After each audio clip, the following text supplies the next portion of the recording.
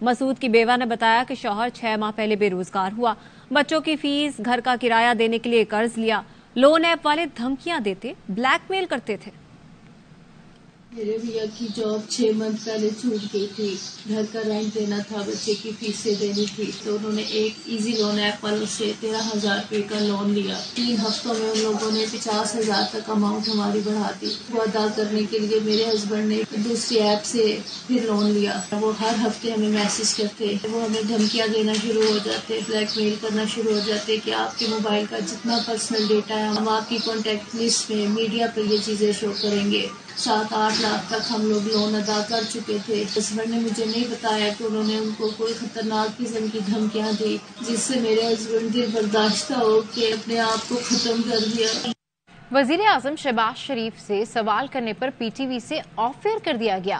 صحافی اعظم چودھری کا دعویٰ، کہا سرکاری ٹی وی کے ذمہ دار نے گورنر ہاؤس میں ہی آ کر آف ایئر کیے جانے سے متعلق بتایا، حکومت کسی کو لکھنے اور بولنے کی اجازت نہیں دینا چاہتی، یہ چاہتے ہیں صرف ان کے حق میں بات کی جائے۔ پریس کانفرنس کے بعد ایک پروگرام کرنا تھا، لیکن مجھے اسی وقت ایک ذمہ دار انہوں نے شخص آئے ہیں اب ہمارے پی ٹی وی کے، انہوں نے مجھے کہا کہ معذرت چاہتے ہیں، آپ کو آف ایئر کر دیا گیا، آپ کا نہ صرف آج کا پروگرام بلکہ آنے والا جو میرا ریگولر ایک پروگرام ہے باخبر کے نام سے، جس میں 3 دن Thursday, Friday, Saturday 7 to 8 PM وہ لائیو ہوتا تھا، مجھے اس سے بھی آف ایئر کر دیا گیا۔ اس سے ہمیں گورنمنٹ کی جو پالیسی ہے فریڈم آف ایکسپریشن کے حوالے سے وہ کلیئر ہو جاتی ہے کہ گورنمنٹ۔ آپ کو بتائیں کہ اعظم چودھری نے پرائم منسٹر سے کیا سوال کیا، یہ آپ کو سنواتے ہیں۔ میڈیا پر جو پابندیاں اس وقت پورے پاکستان کے اندر ہم فیس کر رہے ہیں، یہ میڈیا کے حوالے سے، پابندیوں کے حوالے سے ایک بدترین دور ہے۔ ایک تو یہ فرما دیجئے کہ یہ پابندیاں کب اور کیسے ختم ہوں گی کہ جرنلسٹ کو اپنی مرضی سے لکھنے اور بولنے کی اجازت مل جائے۔ جو فریڈم آف ایکسپریشن جس کے مسلم لیگ نون، پیپلز پارٹی، تمام پولیٹیکل پارٹیاں وہ اس کی دائی ہیں، دعوے دار ہیں، لیکن عملاً اس طرح نہیں ہے۔ میں کسی پابندی کے حق میں نہیں ہوں، اور جو اعظم چودھری پی ٹی وی کے ملازم ہیں، نہ ان کا کوئی کانٹریکٹ ہے۔ وزیر اطلاعات مریم اورنگزیب نے کہا کہ اعظم چودھری پی ٹی وی کے تجزیہ کاروں کے پول کا حصہ ہیں، ان کے خیالات سے واقف ہوں، پھر بھی وزیر اعظم کی پریس کانفرنس میں بلایا۔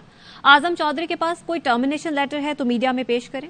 اعظم چودھری صاحب پاکستان ٹیلی ویژن کے امپلائی نہیں ہیں، نہ کبھی رہے ہیں، اور ان کو کسی قسم کا کوئی کانٹریکٹ پاکستان ٹیلی ویژن کا ان کے پاس نہیں۔ یہ گورنمنٹ نہ تو کسی کو بولنے دینا چاہتی ہے، درست بات کرنے کی کوشش کرے گا اس کو یا نوکری سے نکلوا دیا جائے گا۔ اعظم چودھری صاحب پی ٹی وی کے اندر ایک اینالسٹ پول ہے، وہ اس پول کا حصہ ہیں، آج تک وہ اس پول کا حصہ ہیں۔ سب کو جانتی ہوں جن کے کیا کیا ویوز ہیں، اس کے باوجود ان کو وزیر اعظم کی پریس کانفرنس میں بلایا گیا تھا۔ اگر ان کے پاس کوئی پی ٹی وی کا خط ہے جس میں ان کے ٹرمینیشن کے آرڈرز ہیں تو ذرا میڈیا کو وہ دے دیں۔ خبریں اور بھی ہیں لیکن شامل کریں گے اس بریک کے بعد، ہمارے ساتھ رہیے۔ بریک کے بعد خوش آمدید۔ سعودی عرب سے $2 ارب مل گئے۔ وزیر اعظم نے شہزادہ محمد بن سلمان، جنرل عاصم منیر، اسحاق ڈار سب کا شکریہ ادا کیا۔ وزیر اعظم نے یہ بھی کہا کہ بھکاری پن کب تک چلے گا، یہ جینے کا کوئی طریقہ نہیں۔ باہر جاتا ہوں تو ان کے چہرے پکار پکار کر کہہ رہے ہوتے ہیں آ گیا پیسے مانگنے۔ سعودی عربیہ سے $2 ارب ہمیں میرا بھائی جناب محمد بن سلمان کا میں شکریہ ادا کرنا چاہتا ہوں، سعودی عربیہ کی حکومت کا، سعودی عربیہ کے بادشاہ کا، سب کا شکریہ ادا کرنا چاہتا ہوں۔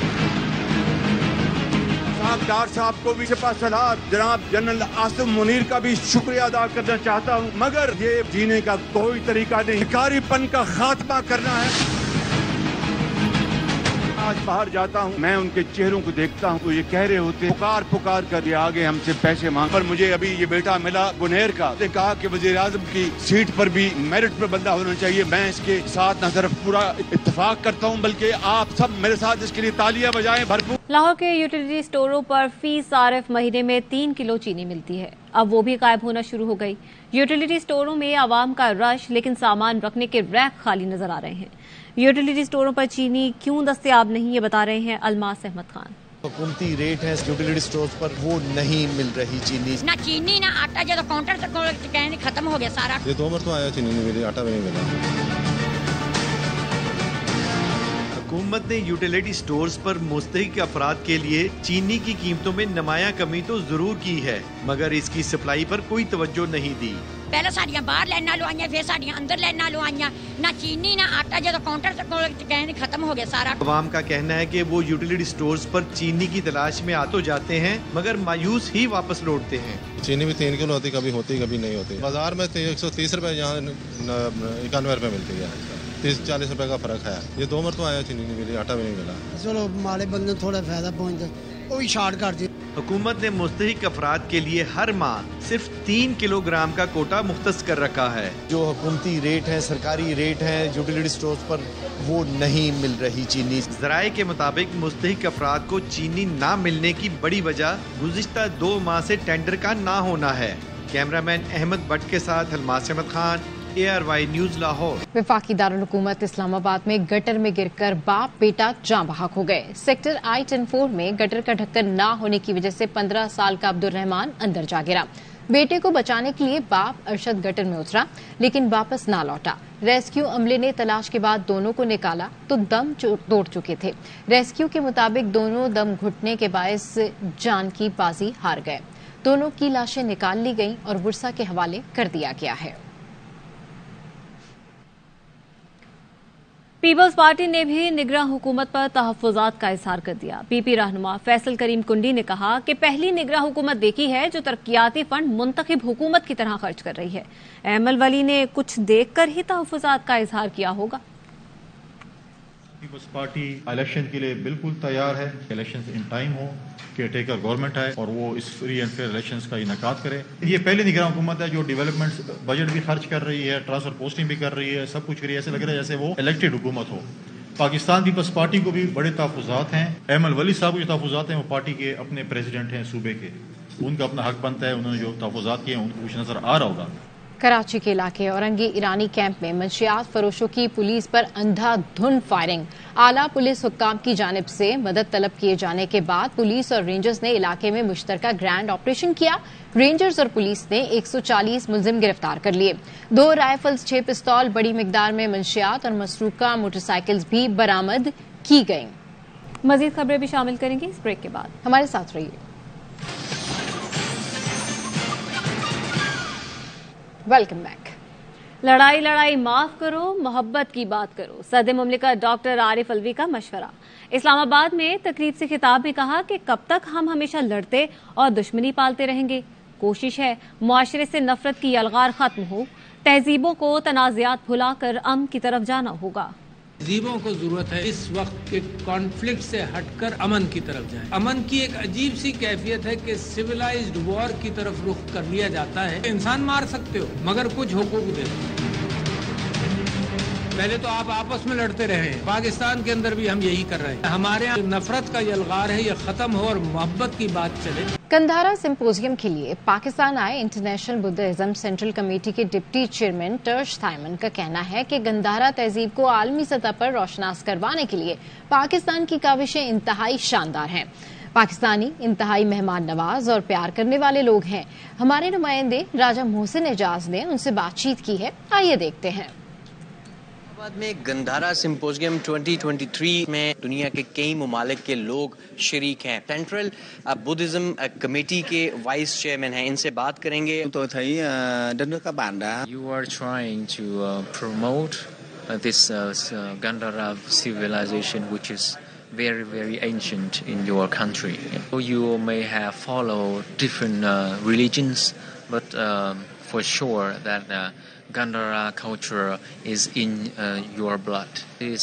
This your hospitality is one of the key to your success, to your development. Full credit دیا ہے پاکستانی حکومت کو کہ ان کی ایفرٹس اور ان کی سنجیدگی سے ہی یہ ممکن ہو پایا ہے۔ وزیر خارجہ بلاول بھٹو کا اقوام متحدہ کی ہیومن رائٹس کونسل کے مباحثے سے ورچوئل خطاب۔ کہا قرآن پاک کو مسلم شناخت سے علیحدہ نہیں کیا جا سکتا، ہمیں نفرت، امتیاز اور عدم برداشت کے خلاف متحد ہونا چاہیے۔ 3 months ago, we observed the first International Day to Combat Islamophobia. Unfortunately, the deliberate desecration of the Holy Quran has continued under government sanction increasingly. These acts are designed to maximize provocation, incitement to religious hatred, discrimination, and attempts to provoke violence. The Holy Quran is a spiritual anchor for 2 billion Muslims. It is inseparable from their sense of identity and dignity. There is not a single Muslim country on the planet that allows for the desecration of holy texts of other religions. Let us unite against hatred, discrimination, intolerance. PTI اور اسرائیل کا پرانا گٹھ جوڑ ہے. اسرائیل نے 9 مئی پر انتہائی قابل مذمت رد عمل دیا. شہری رحمان نے کہا سب کے سامنے آ گیا ہے کہ کس نے 9 مئی کے واقعات سے فائدہ اٹھایا. عطا تارڑ نے کہا اسرائیل چیئرمین پی ٹی آئی کو ریاست سے بڑا ثابت کرنے کے لیے فنڈنگ کرتا رہا. اسرائیلی حکومت کے پی ٹی آئی کے دفاع میں آنے سے ثابت ہو گیا کہ چیئرمین پی ٹی آئی نے کس کے کہنے پر سب کیا. ملک بھر میں بلوچستان کی آبادی میں سب سے تیزی سے اضافہ ہوا ہے. 25 سال میں صوبے کی آبادی 2 کروڑ ہو گئی. آبادی میں تیزی سے اضافے سے مالی وسائل کا توازن بگڑ گیا. کوئٹہ سے دیکھیے منظور احمد کی رپورٹ. بلوچستان کی آبادی 1998 میں 66 لاکھ تھی، اب 2 کروڑ ہو گئی ہے. یہ ملک کے کسی بھی صوبے میں بڑھتی ہوئی آبادی کی بلند ترین شرح ہے. ماہرین صحت اس کی وجہ بچوں کے درمیان مناسب وقفہ نہ ہونے کو قرار دیتے ہیں. ہمارے پاس جتنی بھی خواتین آتی ہیں 50 سے 60% زیادہ تر ایسی خواتین ہوتی ہیں جو کہ خاص طور پہ خاندانی منصوبہ سازی نہ کرنے کی وجہ سے دوبارہ حاملہ ہو جاتی ہیں. آبادی کے لحاظ سے صوبے کے مالی وسائل پر نظر دوڑائیں تو صورتحال موزوں نہیں.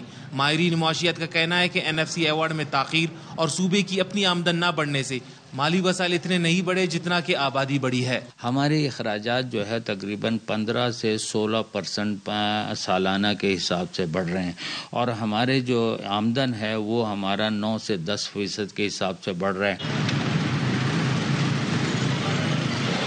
اس وقت صوبے میں غربت کی شرح 71% ہے.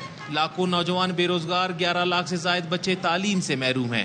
اکثریت آبادی کو پینے کا صاف پانی میسر نہیں. سردیوں میں گیس 4 گھروں سے آگے تک نہیں پہنچتی. دیہی علاقوں کو چند گھنٹے بجلی ملتی ہے. ماہرین اس بات پر زور دے رہے ہیں کہ حکمران آبادی کنٹرول کرنے اور وسائل بڑھانے پر توجہ دے، وگرنہ یہ آبادی جلد دگنی ہو جائے گی اور اس غریب صوبے کو درپیش مسائل گمبھیر ہو جائیں گے.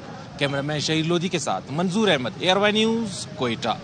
ٹھنڈا کھٹا جامن سب کو اچھا لگتا ہے، لیکن جامن درخت سے اتارنا کتنا محنت طلب کام ہے کم ہی لوگ جانتے ہوں گے. تو آئیے آپ کو دکھاتے ہیں لاہور سے سدرا غیاس کی رپورٹ میں. دامنی پھل جامن ان دنوں جوبن پر ہے. جامن کو درخت سے اتار کر مارکیٹ تک لانا محنت طلب کام ہے. سیڑھی اور بغیر سیڑھی کے ذریعے جامن کے درخت پر چڑھ کر ایک ایک دانہ مہارت سے اتارنا آسان کام نہیں. یہ بہت خطرناک درخت ہے، اس کے ٹہنے آپ خود بخود ٹوٹ جاتے ہیں. ہوا بند ہو جائے، گرمی محسوس ہوئے تو یہ اس کے ٹہنے خود بخود ٹوٹ جاتے ہیں. ایک مزدور دن میں اوسطاً 30 سے 50 کلو جامن توڑتا ہے. بہت مشکل کام ہے، بہت گرمی ہے، ایک دن میں اتار لیتے ہیں 1 سوا من. جامن کے باغات میں بچے بڑے صبح سویرے ہی آندھی اور ہوا سے گرے جامن چنتے اور کھاتے ہیں. جامن کا استعمال ذیابیطس، اسہال، گیسٹرو اور پیٹ کے کئی امراض کے لیے مفید ہے. جامن اتارنا بلا شبہ ایک مشکل اور محنت طلب کام ہے جس کو یہ مزدور خوش اسلوبی سر انجام دیتے ہیں اور خوش ہیں کہ اس بار جامن کے پھل کی پیداوار بھی زیادہ ہے. کیمرہ مین دانش نسیم کے ساتھ سدرا غیاس، ARY نیوز، لاہور. خبریں اور بھی ہیں، شامل کریں گے اس بریک کے بعد. ہمارے ساتھ رہیے. بریک کے بعد خوش آمدید. اسپورٹس نیوز شامل کرتے ہوئے آپ کو بتائیں سری لنکا کے خلاف ٹیسٹ سیریز کی تیاری ہمبنٹوٹا میں قومی ٹیم کا 2 روزہ وارم اپ میچ جاری ہے. پہلے روز پاکستان نے SLC 11 کو 196 رن پر آؤٹ کر دیا. حسن علی اور شاہین آفریدی نے 3 شکار کیے. جواب میں دن کے اختتام تک پاکستان نے 3 وکٹ پر 160 رنز جوڑ لیے. شاہ مسعود نے 83 رن کی عمدہ اننگز کھیلی. بلیٹن سے فی الحال اتنا ہی. مزید خبروں اور تفصیلات کے لیے دیکھتے رہیے ARY نیوز.